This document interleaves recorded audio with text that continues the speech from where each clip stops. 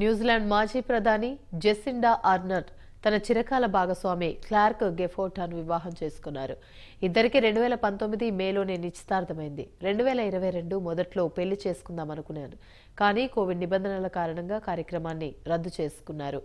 జీవితం అంటే అలానే ఉంటుంది అంటూ అప్పట్లో ప్రధానిగా ఉన్న ఆమె వ్యాఖ్యానించారు. ఎట్టకేలకు ఓ ప్రైవేటు వేడుకల్లో కొంతమంది అతిథుల సమక్షంలో ఇద్దరు వివాహ బంధంతో ఒకటయ్యారు. న్యూజిలాండ్ ప్రధాన క్రిస్ హిప్కిన్స్ ఇతర నేతలు హాజరైనట్లుగా స్థానిక వార్తా సంస్థలు తెలిపాయి.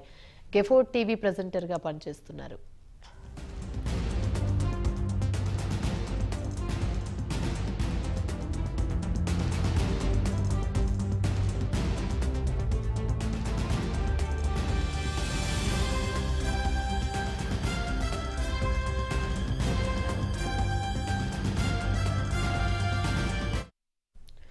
రెండు 2017లో న్యూజిలాండ్ ప్రధానిగా తొలిసారి బాధ్యతలు చేపట్టే నాటికి జెసిండా వయసు కేవలం 37.